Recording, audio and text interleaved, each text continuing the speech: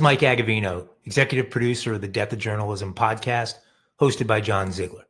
You're on all over the place where the fun sanity never ends. Hello, welcome back to All Over the Place, the official podcast of Media Pub Live.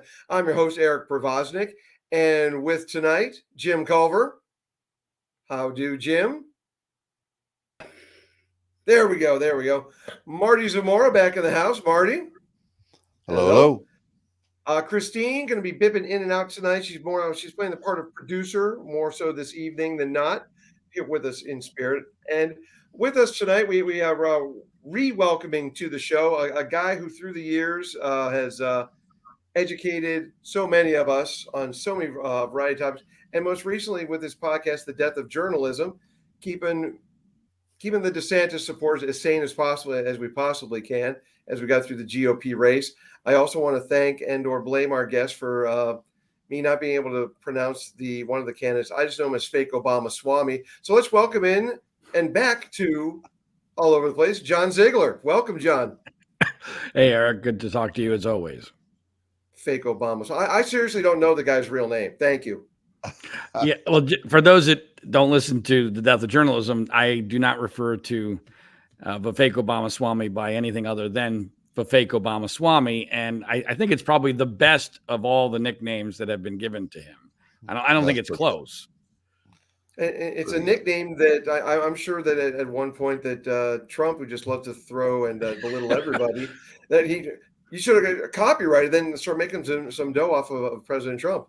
There's no question that if the fake had gotten enough traction to where Trump decided that he needed to dump on him, the Fake Obama Swami would have been one of the top options for Trump. I don't think there's any question about that. Well, I'm loving it. And, then the show, and well, another thing, John keeps us up to speed with the NFL and the wussification. We're going to get to that a little bit later, and college football, NIL, and just the framing Paterno, and we're going to get to that later too with the Frank report in relation to all the awesome research that you've done with that one and keeping that afloat, and hopefully passing the torch to somebody else who will run with it even further. But Death of Journalism, although there is the potential black swan, but right now John is going to be potentially getting out of the public eye, John, and just kind of like stepping back for a little while now. And well, no, I mean, I guess I made a soft announcement a couple months ago because I knew exactly how the Republican primary process was going to go. That I said at the time, somewhere around the Super Bowl, and then I defined it to the second episode after the Super Bowl, which would be out February 15th. That's going to be my last podcast episode, and that I would be dropping out of public life at the same time because I just can't handle it. I can't do it, especially when there's nothing in it really for me, and I see that where this is going for the country, and I can't keep banging my head against the wall, and so I made that I guess you'd call it an announcement on my podcast in the context of the strangest thing that has ever occurred to me. And Eric, you know my life pretty well. I've had a lot of really weird things occur. And so to say this is the strangest is really saying something. But for the last 2 years, on almost, not quite, a constant basis, I have been going through this incredibly arduous circumstance that promised to change the trajectory dramatically of my career. And a couple months ago, I realized this is just not, despite what I'm being told, this is not going to happen. And at that time, I didn't know for sure what the hell the last 2 years had been. I didn't know whether it was possible that I was somehow being the victim of a massive Manti Teo like catfishing expedition. I still don't, to this moment, know 1,000% what's been going on, but I keep being told, but even as of today, I keep being told that this thing is happening and that it's imminent. I have no, at this moment, reason to believe that. That's why I'm still planning on doing what I already announced as far as leaving public life, but I at least want to leave open that black swan event that somebody's actually, telling me the truth and that this will actually come to fruition. Because if it does come to fruition, Eric, and that's a big if it were, you're going to look back on this interview and your mind is going to be blown. I can assure you, we're not talking about a little thing here. We're not talking about like a soft left turn at a stoplight, right? We're talking about a different planet, right? Different planet. Flying cars? Are we talking a flying cars kind of? We might be talking flying cars here. I mean, this is. You've been hinting at the. I know you've brought it up on Death of Journalism a few times. So fingers crossed, and so the erase the name from off the tombstones. Be like James Brown. We're going to put that coat on you on February 15th, and then you just throw it off. Eric, mentally, Eric, I am still very much in the. I'm out February 15th. So I just don't want to be accused of pulling a Brett Favre or something if somehow this finally happens. Or right pulling in Eagles and the long farewell tour. Right. right. Kiss I mean, that's more of a kiss moment at the Coliseum, at Nassau Coliseum. This is it. And will there be an avatar, John Ziegler? No, but I mean, I'm a very straightforward guy. I probably shouldn't even be talking about any of this at all, but you and I have known each other a long time, so I just want to make sure I'm covered in case something actually does happen that would be mind-blowing, and you don't go, John, what the hell was that?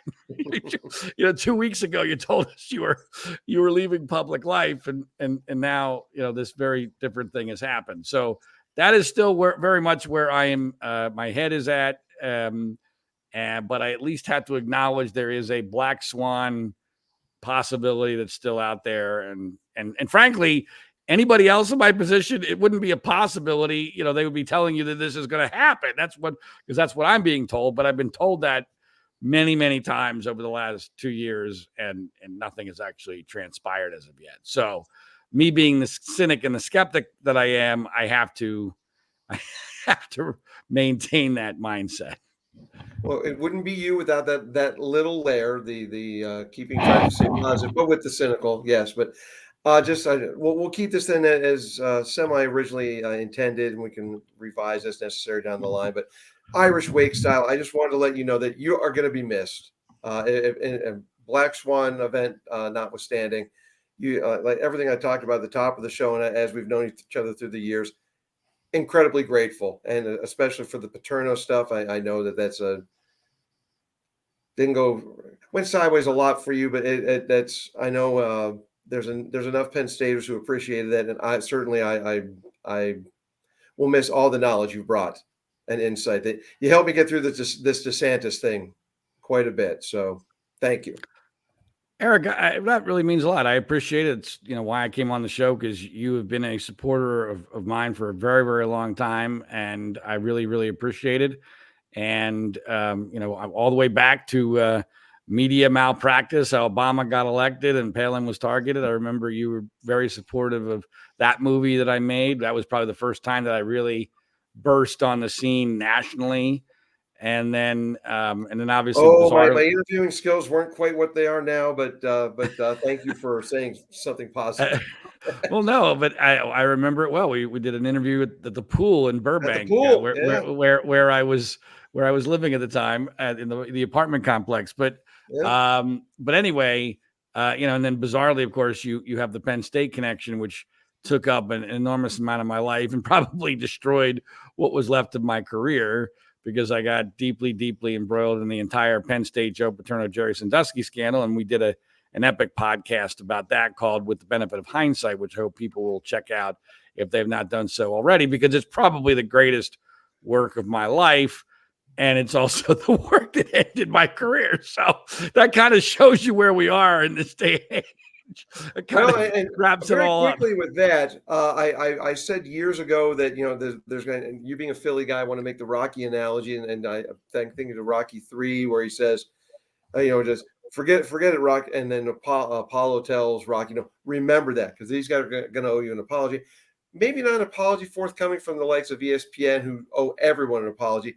But talk to us a little bit about the Frank report, which is kind of an investigative reporter who has come in and taken the torch from you, and could vindicate again.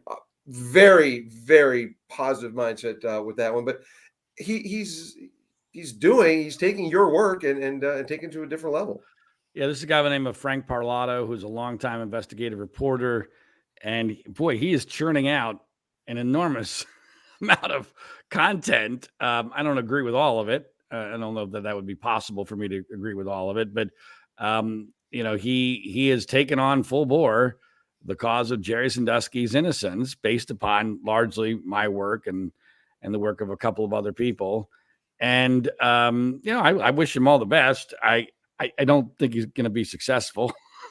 He has been successful in a couple of other much smaller stories where he has shown that he is very tenacious and, understands that this is something that, it's going to have to be a drip, drip, drip. I don't trust anybody, but I don't trust Frank 100%. I don't know what percentage I would put on it.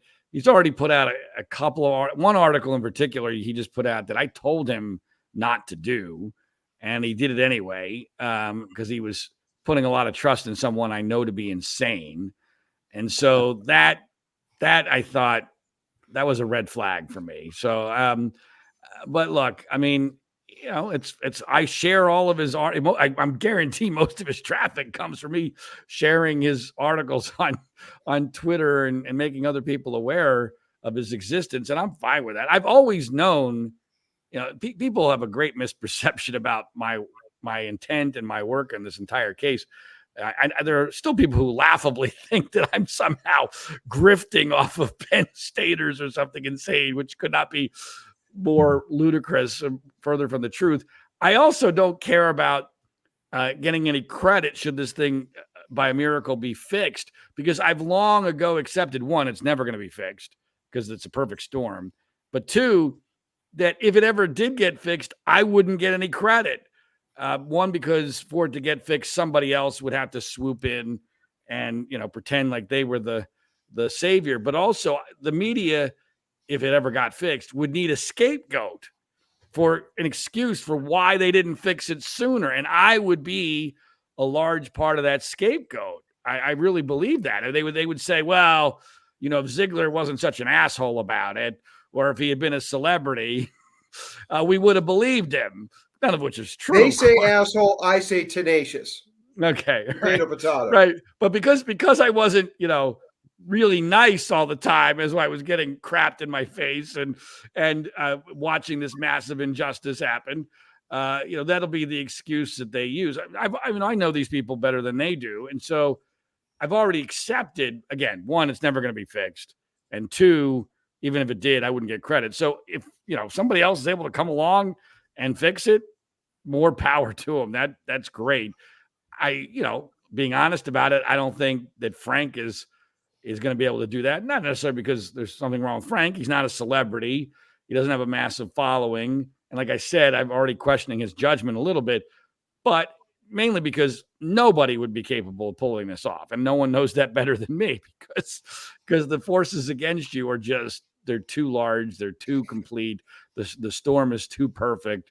There's just no way to do it. But I can tell you with 100% certainty, I know I'm right. And, some people in my position, Eric, might feel vindication by a guy like Frank coming along and, taking on this cause. And I don't need vindication. I already know I'm right. I know right. But I got to tell you, everyone I've pointed down the path of with the benefit of hindsight podcast, they've come back and thanked me. We've been able to, thanks to you, we've opened minds, and that's one at a time. Well, good to hear, Marty. I appreciate that. I appreciate that. So you went in highly skeptical and came out convinced? Well, sure. I heard it on the mothership, so it must be true, right? Right. I didn't have any of the frame of reference. There's a lot of creeps out there, so it seemed plausible. And, turns out, thanks to Eric, I was turned in the right direction of, any amount of mainstream media, you're not likely to get the truth. Well, I appreciate that. And, I don't know there's no way to know this from a data standpoint, but Eric, anecdotally, I believe that our conversion rate of people who gave, with the benefit of hindsight, a legitimate try. That's a very, very long podcast. I acknowledge it is a long, I wouldn't call it a slog because there's a lot of entertainment in it too. I think. I mean, Liz Habib is my co-host, and she and I have a very, very interesting background, a long history together, and we have a good chemistry at times, but we go at each other quite a bit as well. So there's some entertainment elements to it, but I would say our conversion rate has got to be in the 90 percentile or higher of people who give it a legitimate chance and come away going almost universally. Not only am I convinced that Zig is right, it's not close. That's probably the most amazing part of this. It's not close. And anybody who looks, I'm around a lot of umpire. Well, as an umpire, I'm around a lot of my brethren, and they see we're getting to get our game ready, and they see the Penn State license plate holder, the JOPA 409 license plate. Oh, Penn State, huh? And you get the occasional jackass who makes the joke. I'm like, walk backwards with me for a second, and just opening one mind at a time. And like I said, 90%. And everyone who's come back to me, I said, listen to the first episode. You don't like it after that. You're not even like, then just give it up, and I'm not going to be able to convince you. Right. They've all come back. Well, that makes me feel good. And, Mike Agovino, our executive producer, deserves a lot of credit because he lost a lot of money on that podcast. And so, I mean, because at first we didn't even run it with commercials. And we independently produced it because we knew from the, based upon the subject matter that was really the only option. And so there was a lot of work and resources that went into it. And I think we created the historical record, and whether that will ever be accepted beyond a niche following, I doubt it. I don't give up until it's totally over. And, Jerry Sandusky is still alive. He just sent me a letter the other day about Frank Parlato, actually, and so, he's still in prison, but he's still kicking. So I think he'll probably be around for at least a little while longer. And so as long as he's still alive and the administrators are all still alive, that went to prison for something that never happened, the story still has at least a pulse. Well, here's something I've been meaning to ask you since I saw Sound of Freedom last year. And what do you think the possibilities are? Because you and I have talked about not a documentary, but a narrative film with it. And with the religious angle, with Dottie and Jerry being such ardent Christians, do you think the story could be told from that standpoint or a redemptive way? Well, the problem is it's a catch-22. That's, part of the perfect storm here. The answer to your question is yes, but it would have to be fixed first. So if it ever got fixed, there would be an absolute blockbuster Christian film to be sold and made and sold regarding Jerry Sandusky and his wife Dottie, who I believe, and I've said this many times, I believe their Christianity facilitated this travesty in a lot of different ways. They're in multiple ways. Their Christianity played a huge role, and probably the most obvious or the primary way in which it played a big role was that Dottie couldn't even in our practice interviews for the Today Show interview with Matt Lauer and obviously during her testimony at trial, she couldn't even bring herself to call the accusers liars because in her interpretation of her religion, that was anti-Christian. And so there's this moment we have while I'm prepping her for Matt Lauer in her house. And, she's going down this path, trying to figure out a way to answer a question I'm sure Lauer is going to ask her. And she just suddenly stops and she says, they're all liars. And then she catches herself and she says, oh, I can't say that. And like she had sinned or something. And I'm like, there's nothing wrong with you saying that. But she really believed that was against her religion. And I think that leads to, maybe there's so many, as you know, Eric, there's 1,000 misconceptions about this case. But one of the many problems that the Sanduskys had when these allegations hit is that they still love these kids, these now adult men who were accusing Jerry. They were so confused. They didn't understand how this could be happening. They thought it was a misunderstanding. They thought these guys were going to come to their senses. They thought there's no way they're ever going to testify under oath in open court. These are good guys. We know them. We love them. They love us. They've been part of our family. There's no way this is going to happen. And of course, that was out of naivete. And, you know, when I was in prison with them together, the second time I interviewed Jerry Sandusky in prison, it was a very telling moment for me when I asked both of them at the same time, and this was a very strategic question. I asked, when was the first moment you thought this might not turn out okay for us?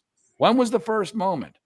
And Jerry, who's, you know, behind a screen, he's in an orange jumpsuit, his hands are handcuffed to his waist, he can't even scratch his nose, starts bawling and starts talking about the reading of the verdicts being the first time that he thought that there was a possibility this might not turn out okay. And then Dottie tells the exact same story in even greater detail, with even more clear-cut tears streaming down her face. Same exact answer. And to me, as someone who knew the case very well and knows humanity, if you're guilty, there's literally 1,000 answers to that question. If you're innocent, especially if you believe Jesus is going to save you, there's only one answer, which is the reading of the verdicts. And that's this is why, again, I don't begrudge Dottie or Jerry. Love thy enemy. I'm all for that as a Christian, but I'm also of the mindset, Jesus in the temple, that's on the table as well, to go a little batshit crazy if you have to defend yourself. Well, I would certainly be in that latter category, because I think that you know, their naivete was taken advantage of all along in this story. And so, you know, that was one of many, many moments that was profound when it came to my interpretations of what happened here. That was the final nail in the coffin for me when it came to Jerry's innocence. I mean, I was 98% there before that question, but I even got out of prison and immediately called their defense attorney at the time, Joe Amendola, with whom I at that time had a good relationship. Well, I haven't talked to him in years now for good reasons. But I immediately called Joe because I thought, all right, is there still a 1 in a million chance this is somehow a setup, right? I mean, there's no way. I know what I just witnessed. There's just no way. But I'm just going to make sure. So I called Joe and I say, Joe, I just asked Jerry and Dottie together in prison, you know, what was the first moment they thought this might not turn out okay for them? Again, that's a very important and very specifically crafted question.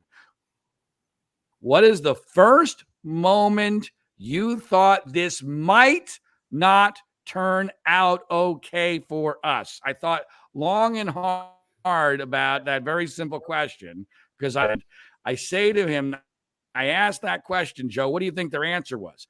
And Joe paused, and I remember the pause because he was thinking about it, and he goes, was it the reading of the verdicts? And I'm like, there we go. Wow. There it is. They're innocent. Wow. I mean, John, for our audience, maybe not to put a bow on it, but since you are sailing off into the sunset, can you give our audience just a quick snippet of what you perceive to be the main motivation here? You know, motivation for me, or for me, or for the Penn State Paterno Sandusky story? No, the motivation for the we'll call it the massive media nonsense to grab onto this and sink their teeth in and not want to let go and make sure this goes wrong for Sandusky and Make sure we. Oh, okay. bring This was Paterno not down with us. Marty. This All was. that. I'm glad you asked that. Okay, I thank you for asking that question, because I'm sure there are a lot of people who misidentify what I do as somehow a conspiracy theory.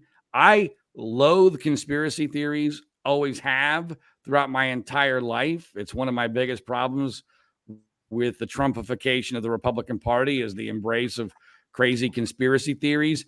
And it really drives me nuts vis-a-vis my stance on the Penn State Joe Paterno, Jerry Sandusky case, because I can't tell you how many people, their first reaction when they hear my stance on this on Twitter or wherever, is they presume this is another wacky conspiracy theory. And unfortunately, I can't really blame them, because there's so many out there that are bat crap crazy. And so it just drives me even nuttier when I get, painted with the broad brush of right-wing conspiracy theorists, when I'm exactly the opposite. The conspiracy theorists in this case are the people who think that Penn State covered up for an assistant and former assistant coach for 20, 30, 40 years. That's the conspiracy theory. That is a nonsensical, absurd conspiracy for which there is no evidence, when there should be a mountain of evidence. So what happened here was not a conspiracy. This was a perfect storm, and I mean perfect storm, of self-interest that converged because of a series of unique circumstances. You have the fact that Joe Paterno was 84 years old, on the verge of retirement, and had just become the winningest coach in the history of college football. If you take that element out of this alone, let's say Paterno had retired the year before, none of this happens. None of this, because there's no fuel for the rocket ship. There's none. The Paterno angle is the fuel, is the media fuel for the proof of this. I know other things we want to talk about, and I could talk about this all night, but the proof of this, the proof of what I'm talking about with the change of the narrative and Joe Paterno's influence over it, was Sports Illustrated. Now, remember, when this story broke, 2011, Sports Illustrated was still king, okay? And it comes out once a week, and it goes to bed editorially like noon on Monday, right? So writers have until noon on Monday back in the day to still get something into Sports Illustrated. That's their general deadline. This story broke on a Friday night. By Saturday morning the next day, the whole world knew that Jerry Sandusky was being charged and arrested, and that the administrators were following. And so the basics of the story were already known by that first Sports Illustrated after the story broke. And in that first Sports Illustrated, the only mention of Jerry Sandusky and Joe Paterno, or not, I don't even know that Paterno was really mentioned very much, was a back of the magazine article about Sandusky that, when you read it now, sounds like they thought this was the last we're ever going to talk about this, because this was such a minor story. Oh, by the way, remember Jerry Sandusky? Turns out we were fooled by him. Looks like he was a pedophile. This is horrible. But, basically that was it. There was nothing else in the entire magazine, even though this story had broken 2.5 days before deadline. But then in the ensuing week, Joe Paterno becomes the focus, because that's the media fuel. Penn State panics. They fire him, effectively pleading guilty to everything in the media's eyes. And by the next Sports Illustrated, Paterno's on the cover, and the entire magazine is devoted to the same story with no new facts. None. There's nothing new, except for the fact that Paterno got fired because of a media firestorm that began on that Monday when Sports Illustrated went to bed, because the head of the state police answers a question, and there are many people who think he did this on purpose. I don't know. I have no idea. But he answers a question about Joe Paterno's moral culpability in a way that gives the media something to hang on to and make this into a Joe Paterno story. It was no longer a Jerry Sandusky, remember him from 1986? He's been out of the game for over a decade. Well, he got arrested for being a pedophile. Now it's a holy crap, Joe Paterno, the winningest coach in history of college football, the beacon of moral goodness in college football, covered up for Jerry Sandusky in a child sex abuse case. was told of a rape of a child and did nothing, all of which is bullcrap. But that becomes the media narrative. And so, ESPN led the way, the mothership, because that week was a uniquely quiet week in the sports world. It's November, which back then was still a ratings sweeps month. There was baseball had just ended. Basketball was on strike. No one cares about hockey in early November. College basketball hadn't started. College football was in its lull before gearing up for the end of the season. That first week in November was uniquely quiet. And all of a sudden, ESPN got manna from heaven. The ultimate Greek tragedy of Joe Paterno being brought down just over a week after becoming the winningest coach in the history of college football. That's what drove everything. And once Penn State pled guilty by firing Paterno and the president of the university, Graham Spanier, it was over. I believe at that point, there's no going back. There are things that could have potentially mitigated the injustice after that, but the avalanche is headed down the mountain in a way that's unstoppable once Joe Paterno is fired and Graham Spanier is fired. And what Louis Freeh did with the Free Report the following year just basically pushed the avalanche further down the mountain. But by that point, Jerry Sandusky, 7 months later, had already been convicted in a Salem witch trial, and there's no chance to reverse it because we never bothered to check the math on the story. That's the short version of what I did. Here's what happened. It is the way I described this to people who have no idea what I've done. So the media told us that they knew the answer to this very complex equation in 2 days. They figured out what the answer is. And everyone said, "Oh my God, that's a remarkable answer to this complex equation." And I looked at that equation and I said, this doesn't look right. This just doesn't look right. I'm going to actually delve in and see whether the math is right. And I delved in for many years and I found out, guess what?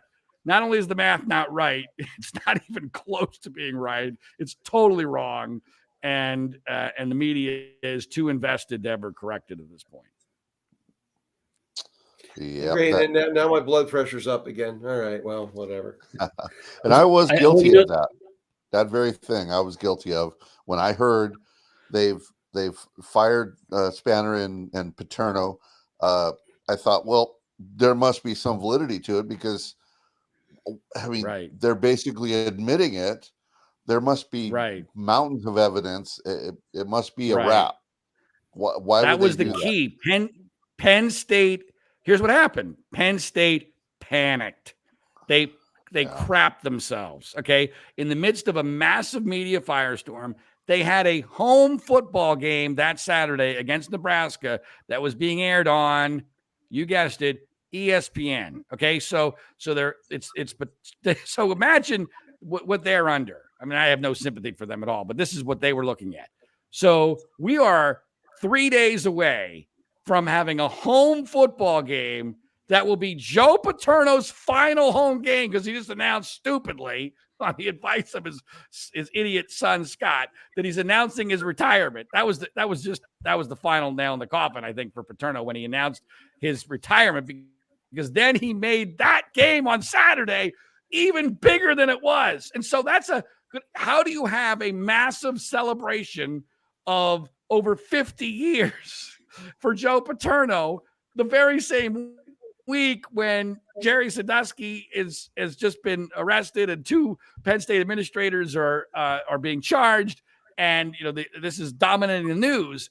In their minds, they decided to chop off their own legs to stop the bleeding, and in doing so, they were perceived as pleading guilty when in fact none of these guys had any clue.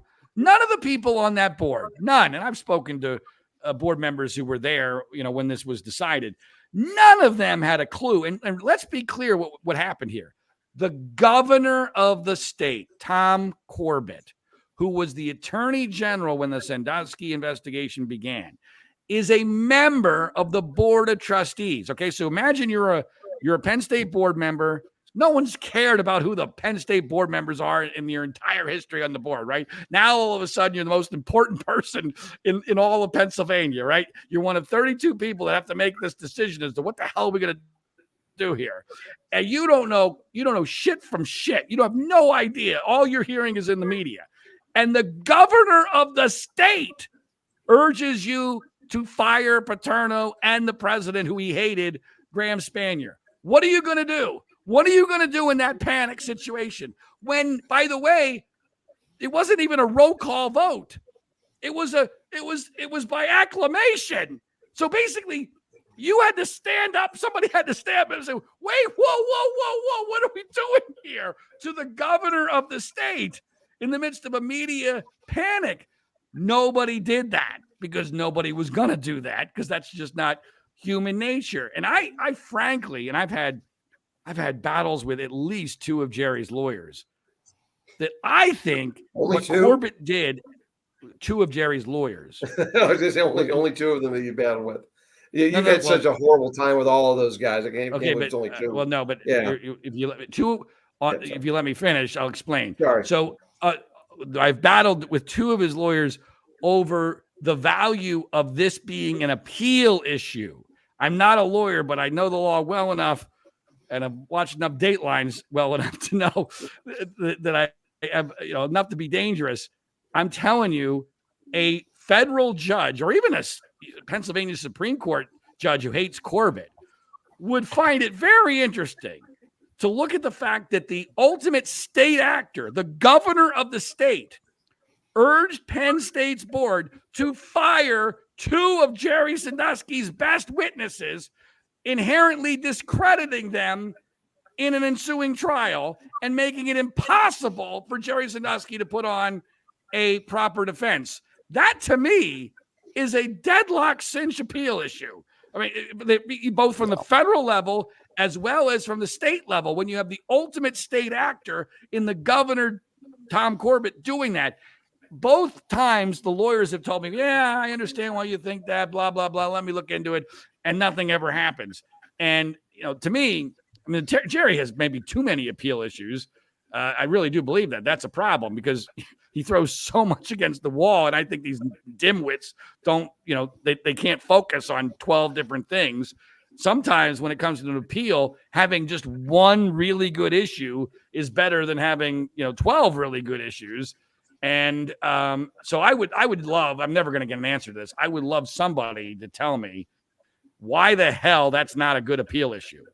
Because that's the state of Pennsylvania through the governor proactively taking away the presumption of innocence as well as two key witnesses from the defendant. That is a new trial, in my opinion.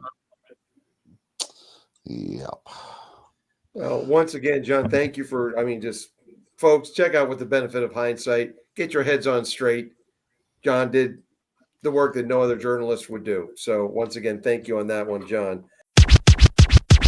Quick break in the episode with a huge announcement. Maybe not the Black Swan event John's been mentioning, but the Death of Journalism's executive producer, Mike Agovino, has proposed an idea to potentially keep the podcast going. If you're interested in making a monthly pledge of $10 to continue the Death of Journalism as a subscription-based show, contact Mike at the below email. $10 a month to keep hearing John's keen and one-of-a-kind insights and breakdowns flowing? Seems pretty no-brainer to me. Touch base with Mike. Let him know you're in with your pledge. Now back to the episode. Sticking with the football thing, now, Marty, I know you've listened to some of John's theories, and not theories, it's happening, but the wussification of the NFL. And I want to set that up with, it doesn't seem consistent for the NFL to be wussifying itself as UFC is thriving, the mixed martial arts. The bloodlust is out there. So, John, how do you figure? Why is the NFL wussifying itself?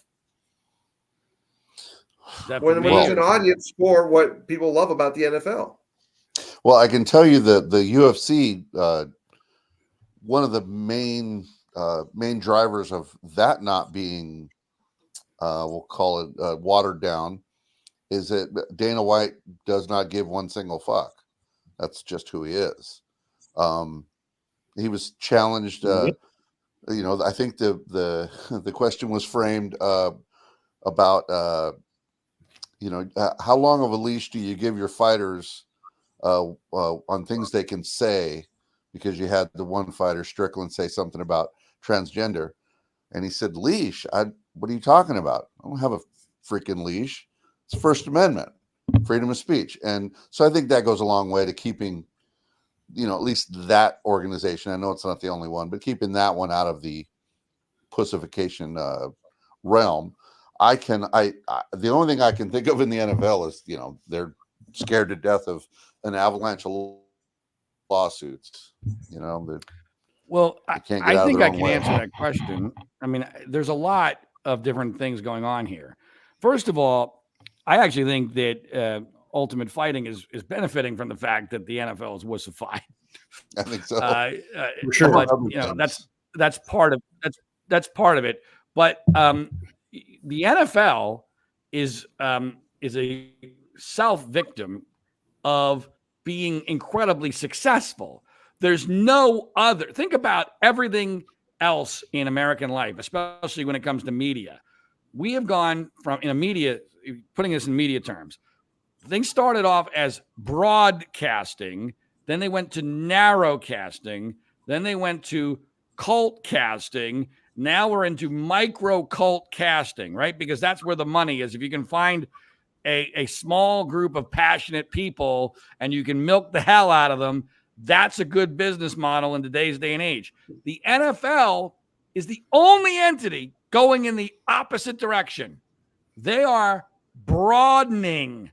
They are going way, way beyond the core football fan. The Taylor Swift phenomenon is the ultimate example of this. And they're benefiting from it. Now, granted, they got lightning in a bottle because of Taylor Swift and the Chiefs making the Super Bowl. I mean, this Super Bowl is probably going to be the most watched as far as number of eyeballs television event in sports history. And it's because the NFL has decided that, look, for whatever reason, this is our business model. We are as broad as we can possibly be. And in order to be as broad as you can possibly be in today's day and age, you need to appeal or at least not offend virtually everybody, right? And so we live in a world where violence is inherently looked at as bad, where concussions are seen as an existential threat to the National Football League, where the players, and this is different from Ultimate Fighting, the players are massive celebrities making huge amounts of money, where their union is incredibly powerful. And so if you're Roger Goodell, and I don't agree with this, I'm just telling you what's going through his head, right? If you're Roger Goodell and you're the owners, you are protecting this golden goose with everything you have. And the biggest threat to the National Football League in their minds is that football becomes seen as too dangerous to play. So they have to go overboard in order to make it seem as if football is not too dangerous.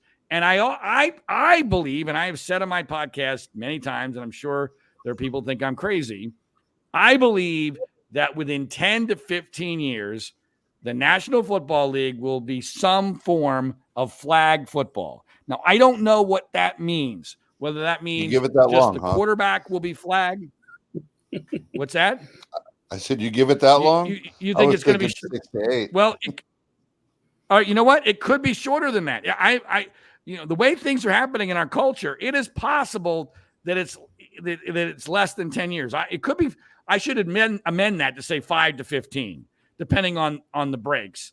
I mean, football in California was almost banned until bizarrely Gavin Newsom, for 12-year-olds and under.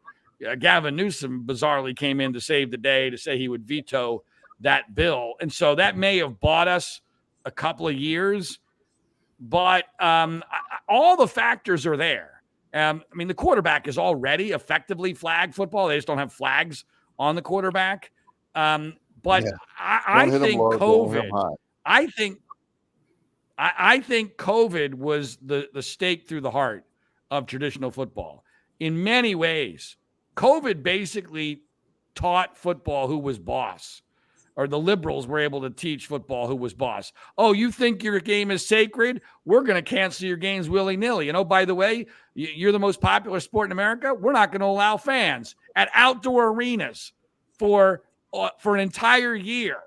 And no one's going to be able to tell us differently. And we're going to get away with this.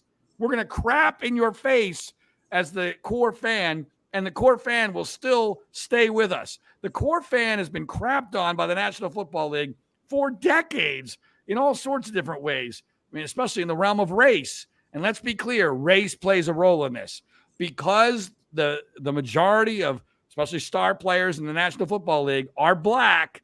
That gives them extra protection in the media's mind. There's no question about that. 100%. If football was still a completely white sport like it was in the 1950s or whatever, I don't think the NFL would care as much about wussifying the game for the purposes of protecting the players, because there wouldn't be the same political pressures. And let me go back to COVID real quick. The biggest thing that COVID did, and this is the death knell for traditional tackle football in my mind, COVID ended our sacred right to make our own risk-reward decisions about our personal health.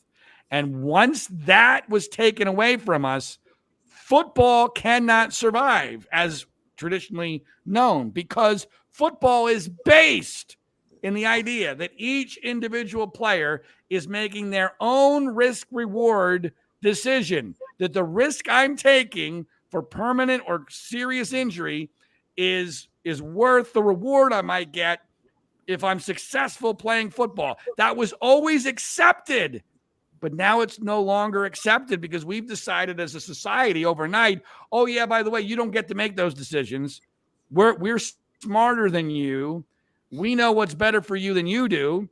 And so therefore we, as the nanny state, are going to decide for you what your risk reward decisions ought to be. And so post-COVID, there's no tackle football anymore. Now, it's always interesting to me how liberals work. I wish they were this good at creating stuff and governing, because they're great at destroying stuff. They tend to know when they can't decapitate something right away, right? You can't decapitate tackle football overnight. This has to be a slow chemical castration period, all right? And that's what they've done with it. It's bit by bit, piece by piece, to where most people don't even really notice. They don't even notice. And by the way, this is going to sound conspiratorial. This is about as conspiratorial as I get. But I watch these things very carefully. And I don't know if you agree, Marty. You know, whoever else wants to chime in, I'd be curious as your opinions. But last football season, there were numerous viral moments, especially on Twitter, where NFL announcers or college announcers would call out a really bad officiating call for roughing the passer or whatever. That's ridiculous. You know, Troy Aikman, you know, we got to take the dresses off the quarterbacks, that kind of thing. That happened a lot last year. It hasn't happened at all this year. Not because we didn't get any wussified calls, but because I believe the word came down. Knock it the fuck off. Be quiet about the officials. Right. Yeah. And if you noticed, the MO now, instead of, I don't know about that call, Al, that was really bad. I know what's going on here. It's, let's check in with the officiating crew, expert. Let's talk to the expert and see what about this call? And of course, the officiating expert that they have has a massive conflict of interest, because he's there at the mercy of the league, and he doesn't want to make the officials look bad. And so at best, he's going to say, I'm not sure that was the right call. That's like the worst you're going to get, which is not going to cause a clip to go viral. Troy Aikman saying we got to take the dresses off the quarterbacks, that causes a clip to go viral. So I believe, using common sense, I believe that the word came down from on high to the football announcers, knock it off, because it's been universal. Do you agree? Do you agree that it's been universally different this year? Yes, I agree. And to drill down even further, They will criticize the daylights out of a pass interference call or a holding call. But when it comes to those roughing the passer, unnecessary roughness, they go quiet. Oh, yeah, I can see that. Yeah, you can't do that. And it's been rampant. They don't mind saying, I don't see the hold. No, I don't either. Because there's nothing there. But when it's something, you can't do helmet to helmet there.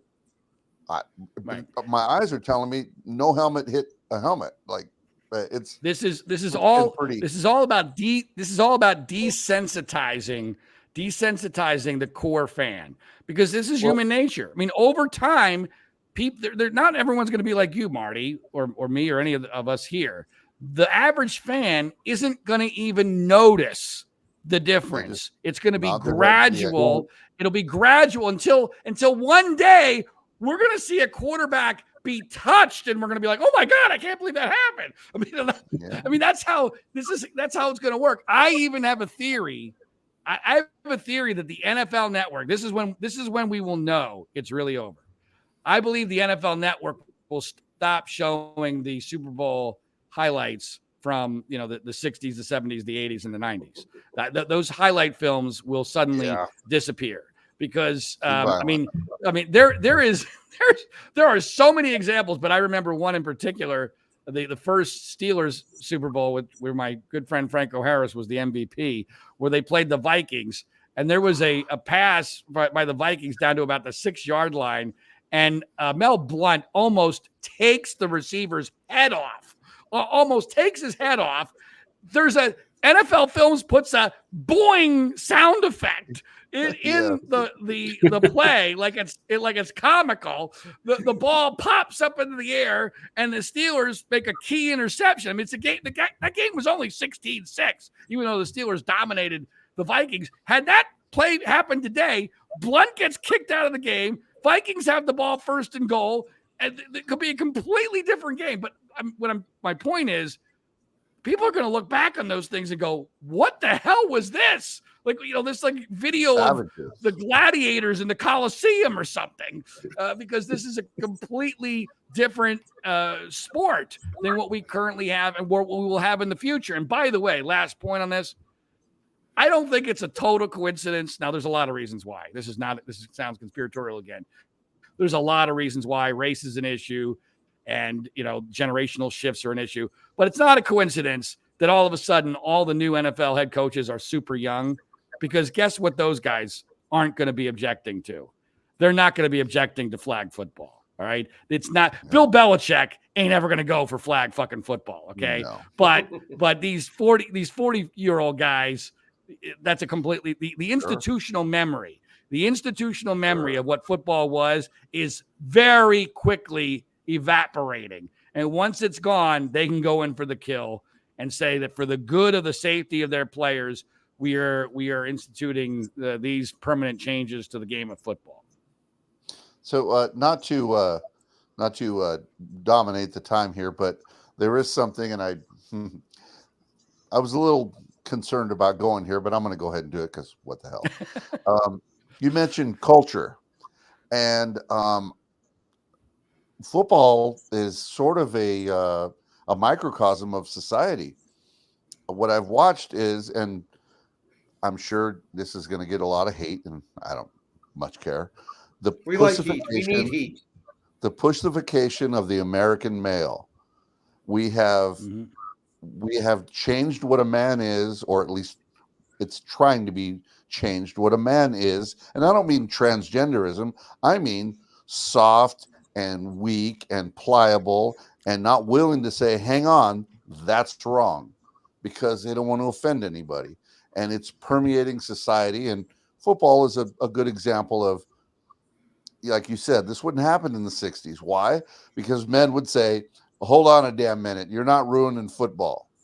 Today, there's a meeker, milder man coming up, less able to not only defend others, but his own position. And sorry, I didn't mean to bring this up. I probably shouldn't have, but I agree totally that we've seen a wussification of the American male. And it's not a small thing. It's everywhere.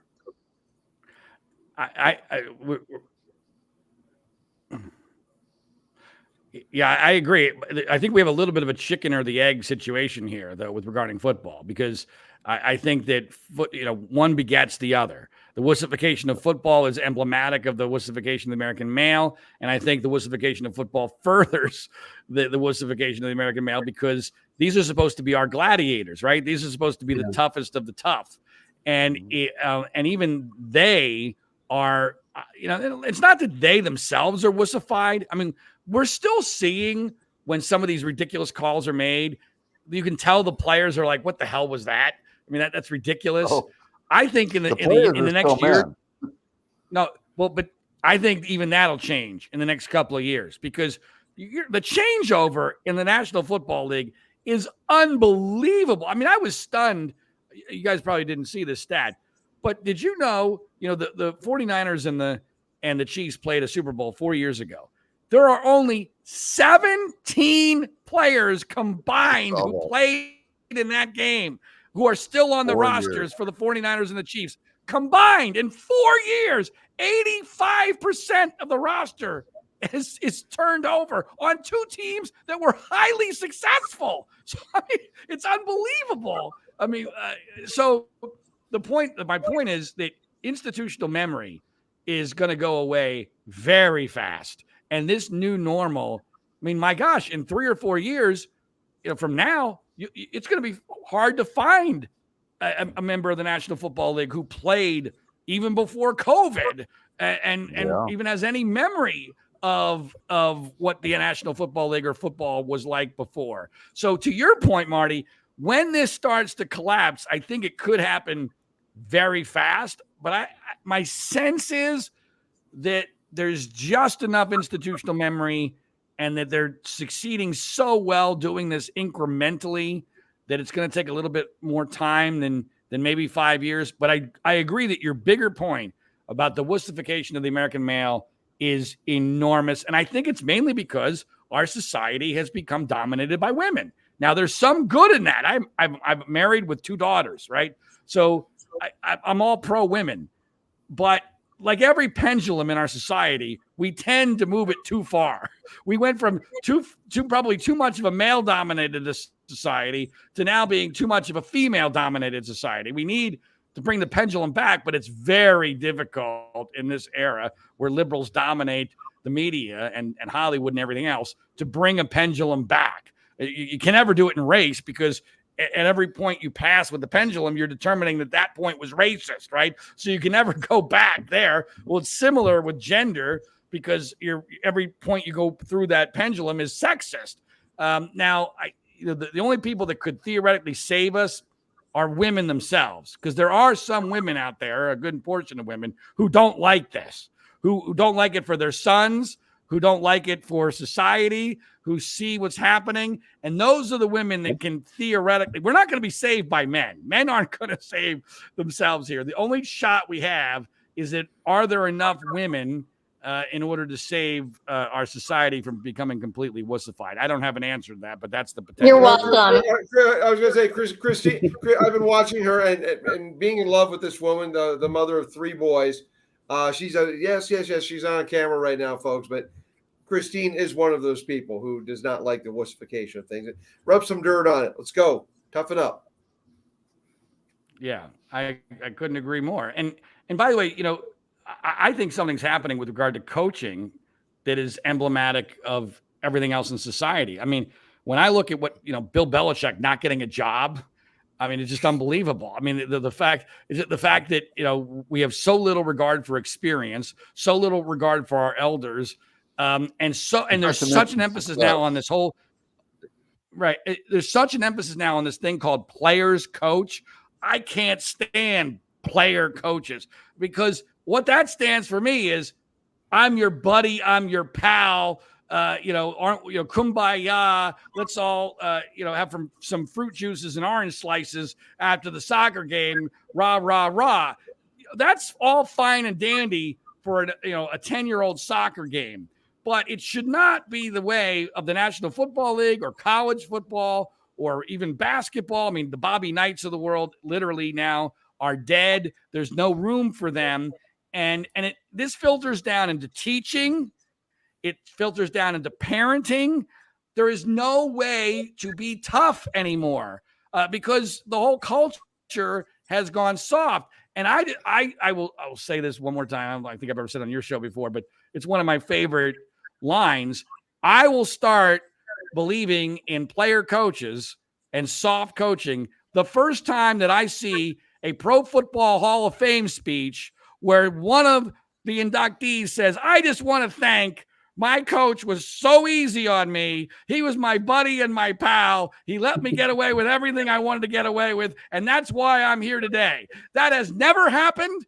And that will never happen, at least not until that's all that's left, are player coaches. Instead, invariably, every single induction ceremony to the Pro Football Hall of Fame, you have at least 1, 2, 3, maybe all of them say, I want to thank that guy in high school who kicked my ass. I want to thank my college coach who kicked my ass, the pro coach who I hated at first, but I realized eventually he was right.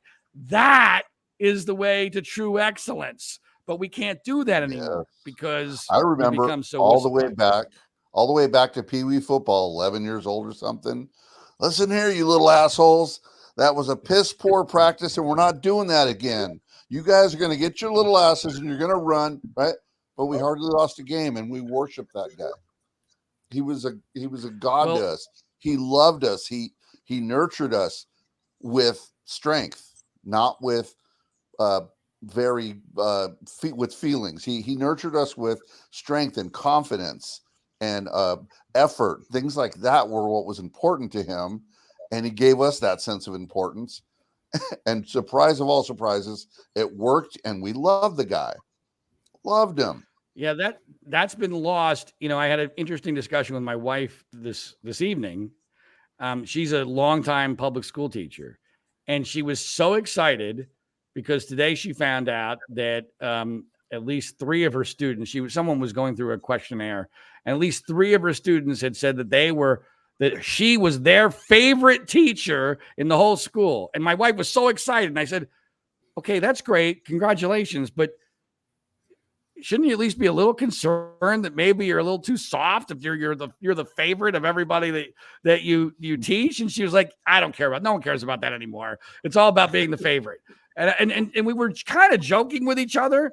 She knew where I was coming from, but I thought that was, and my wife is as old school as anybody I know in the teaching profession, and very, very conservative. And even she has bought into this idea of love me. It's awesome that I think back, when I think back to my teachers that were most influential to me, it wasn't my buddy. It wasn't somebody who was super easy on me. And I think, that's probably more evident in sports, but we're losing something here right before our eyes, and nobody's even pointing it out. Forget about lamenting it. And by the way, I think the media is going to lose something. Think about all of the coverage on ESPN over the years that is related to godlike coaches, right? Godlike coaches bring eyeballs, right? And they create narratives and they create content, and they're killing them all off. There ain't going to be any godlike coaches in the future. Nick Saban just basically got run off because of all the insanity in college football. Bill Belichick can't get a job. Jim Harbaugh escaped out of college football after winning 1 national championship. They're killing the golden goose here. They're killing the golden goose, and they don't even seem to realize it or care. And it's quite amazing.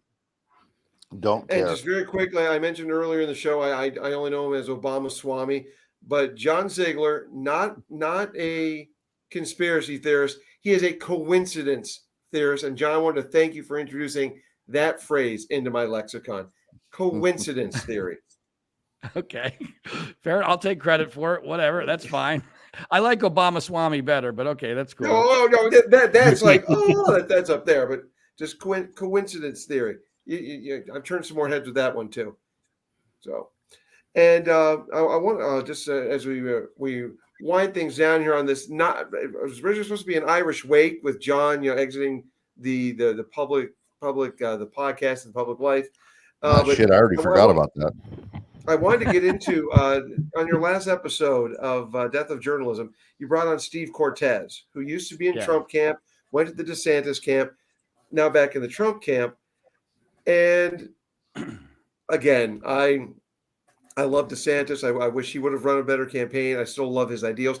I think of him for the future of the party if he can wade through the muck and the mire with things. But Cortez said some things that ray of light might be too strong of a euphemism, but seemed to be like he could maybe be a productive bug in Trump's ear. Where do you see that with Trump possibly being able to even nick a little bit into that guy's humongous ego for the betterment of the company of the country? Well, this was the source of a lot of conversation between Steve and me, both before, during, and after his short stint with the Ron DeSantis Never Back Down Political Action Committee, because I told Steve, even though I'm a DeSantis supporter and I loathe Trump, I told Steve, do not do this. Do not go with Ron DeSantis, because by the time that deal was made, I knew DeSantis wasn't going to win. And this was after the first indictment of Donald Trump. It was very clear to me that you could not allow Donald Trump, to use a football term, to break containment. Once he breaks containment, it's over. You can't track him down. And so you let him out of containment, and he's going to be the nominee because the right-wing media is going to rally around him. No one wants to be Glenn Beck 2016, and DeSantis doesn't have a large enough national footprint. Anyway, part of my thinking in trying to persuade Steve to stay with Team Trump, and he was a very, very close advisor to Donald Trump. I mean, Steve believes that he's the reason why Trump came out in favor of and was able to save the 2020, to some extent, save the 2020 college football season. I mean, that's how close Steve was to Trump. And my philosophy here was, Eric, which you've already alluded to, is look, Trump doesn't have many people around him, one, that have a brain, two, give a damn about the country, three, have the balls to tell Trump when he's wrong.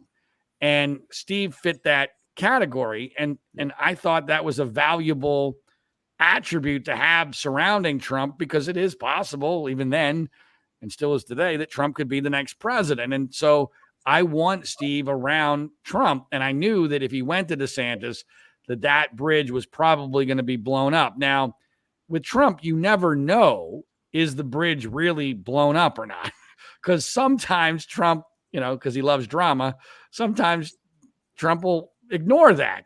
My gut tells me the bridge is probably too burned. Not necessarily because of Trump, because I think Trump likes Steve. I think there are other people in the Trump camp who were so incensed by Steve going to DeSantis that it would prevent Steve from ever being able to go back to Trump in a way that would be effective.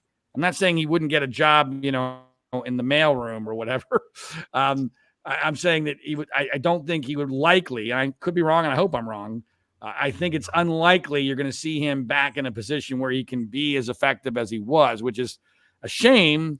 But my conscience is clear on that, because much to his surprise, and as you heard the interview, Eric, he was quite shocked, given the fact that I'm a DeSantis fan and I loathe Trump. I did my very best. I went out on a limb. I said, do not do this. In fact, he had already signed the deal. And I said, is it possible for you to back out? Because it was clear that it wasn't right, that things were not right at Never Back Down, which clearly turned out to be the case. And so that's the situation with Steve. And, I hope it works out for him, but I'm as usual, I'm not particularly optimistic. Well, with that in mind, we're both two Pennsylvania expatriates, patriotic expatriates. And do you see any way for freedom lovers to navigate in the event that shit hits the fan yet again, whether it's Trump or Biden? How do we navigate through that? Part of why I'm planning on leaving public life is I just can't deal with this 2024 election. If that's where you're headed with this, I don't understand it. I don't see a path. I do not see a viable path. I mean, And by the way, if Robert F. Kennedy Jr. is the third choice, last couple of election cycles, I voted for the Libertarian candidate. If he's the Libertarian candidate, I'm not sure I could do that either, because he's nuts. I mean, he's completely nuts. I mean, we just going to forget about the fact that the guy was a heroin addict for 14 years, that his first wife committed suicide because he was a heroin addict, that he believes all sorts of completely insane things, even by Trump standards. Just because you hate the vaccines doesn't mean that Robert Kennedy Jr. is somehow a sensible guy. He's not. He's insane. So we have a guy, with no brain in Joe Biden, a guy with no heart in Donald Trump, and a guy who can't speak in Robert Kennedy. These are our three choices for president. I mean, it's unbelievable, and I just don't see a path. I mean, if Biden is elected, he will absolutely resign from office, probably in January of 2027, so that Kamala Harris can run for 2 terms after taking over. And that's assuming he's able to get that far. I'm not sure that he will be. And if Trump is elected, it's going to be a massive shit show. I mean, you might like some of the things that happen, but I can assure you there's going to be lots of bad stuff. And by the way, if Trump gets elected with a Democratic House and a Democratic Senate, which is not impossible, that is not impossible. If that happens, that's the worst scenario I can possibly think of, because Trump's a lifelong Democrat. He will turn into a full-on Democrat. He will turn his fire on, quote unquote, establishment Republicans. His base doesn't give a damn about Republicans. The most liberal presidency would be Trump with a Democratic House and a Democratic Senate. Mark my words. Take that, Richard Nixon. And I want to jump very quickly back in. Christine has a question in the chat room. How long until there's an insurrection of the NFL similar to LIV coming after the PGA? Well, that can't happen because the NFL is simply too big and has too much of a monopoly, and it would cost way too much money.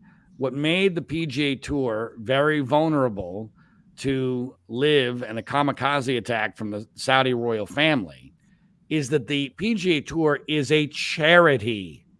People don't understand that. It's a charity. It's literally a 501c3. Now, it's a very lucrative charity, but it's a charity, all right? And it doesn't cost a lot of money to put on a golf tournament. It costs a boatload of money to put on an NFL football game. So the Saudi royal family was able to come in and pay ridiculous, way above market prices, simply not because they were trying to create a viable economic alternative to the PGA Tour. No, they're losing massive amounts of money on LIV, but they don't care because they're the Saudis. They have an unlimited pit of money. And so this was an ego move, a kamikaze attack on the PGA Tour, which was vulnerable to this because of the nature of the players being individual contractors as opposed to being members of a union and members of a team. And frankly, I think the PGA Tour is completely screwed. I think golf is basically screwed by all this. It's funny, that Christine mentions football. If the Saudi royal family had really wanted to fuck with America and get the bang for their buck, now they've been very successful in disrupting the PGA Tour. They could have completely overtaken college football. They still could today if they wanted to. Once NIL became legalized in college football, the Saudi royal family could have dictated everything that happens in college football. They could have made the smallest Division I school in America a national champion in 2 years if they had wanted to. If they really wanted to create chaos, it's amazing to me that nobody advised the royal family to do that.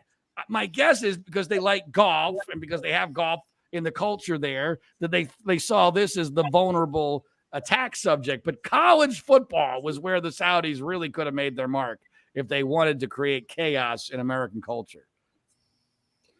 Yeah, the transfer portal took care of that by themselves. But see, and folks, these are the insights that we are going to be missing. I especially am going to be missing in the event that the black swan does not happen. So it's Jim, John, what you got for John while we got him?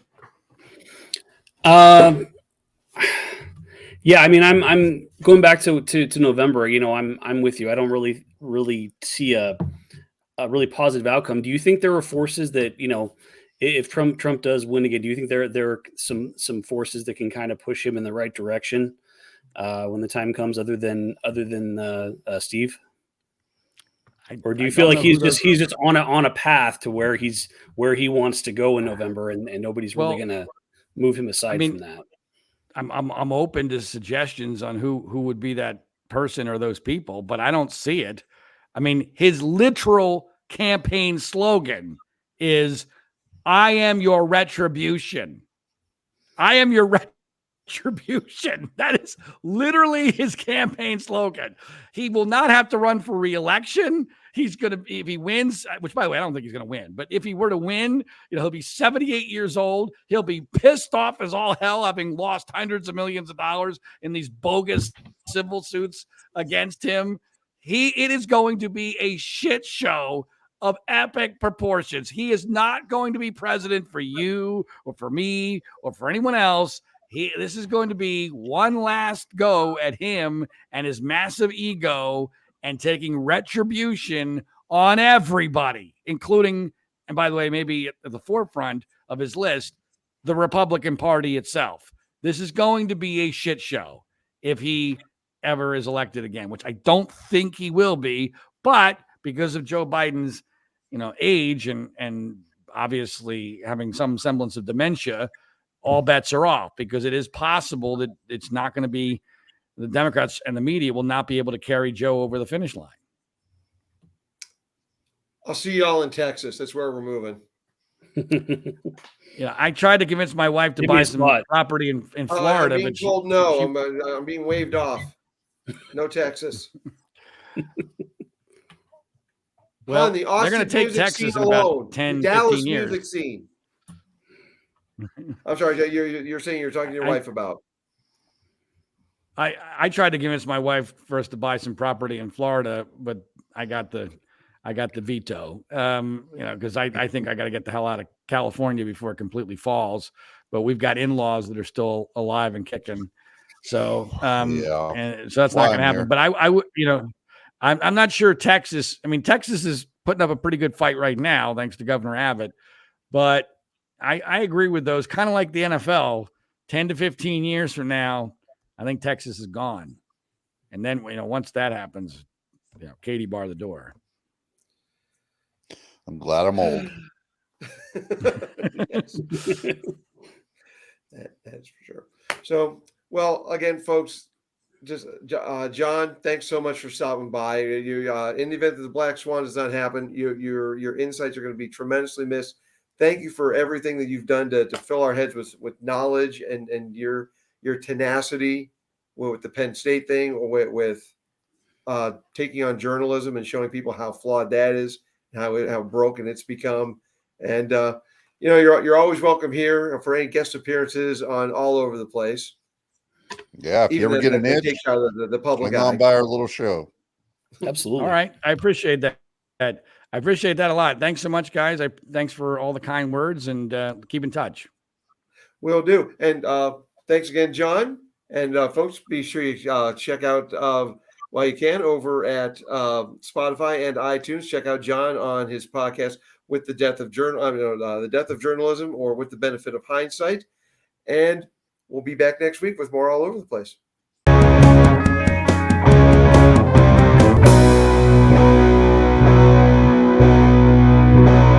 All over the place, where the fun sanity never ends. The opinions expressed by the guests are theirs and do not necessarily reflect those of the hosts or the producer.